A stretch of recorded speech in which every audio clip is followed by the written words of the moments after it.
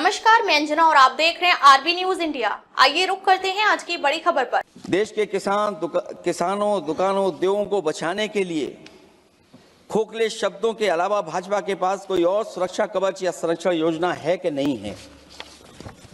इसलिए मैं सभापति महोदय कहना चाहता हूं, ये बजट दिशाहीन है। इस बजट में कोई विजन नहीं है कि 2047 तक हमारा देश विकसित भारत बन जाएगा।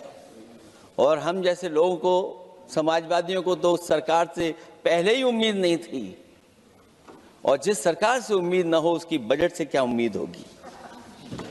इस बजट में पीडीए के लिए कुछ भी नहीं है। कोई योजना दलित, पिछड़ा, महिला, गरीब, अल्पसंख्यक या नवयुवक के विकास के लिए नहीं लाई गई है। ऐसा लग रहा है कि सरकार ने इनके बारे में सोचना ही छोड़ दिया है। और अगर जीडीपी हमारी 7% है और नॉमिनल जीडीपी की ग्रोथ केवल 8% है, जो कि लगभग 12% होनी चाहिए थी, इसके कारण लोगों के हाथ में कम पैसा है। और कारण यह भी लगता है कि हमारा प्राइवेट इन्वेस्टमेंट नहीं आ पा रहा है।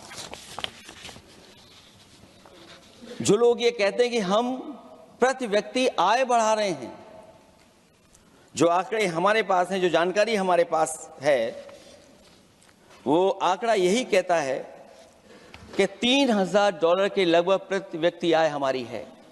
और अगर हम दुनिया से जब इतना ही जुड़ गए हैं तो 2025 की जो रैंकिंग है, हमारा स्थान 144वां है, 144th है।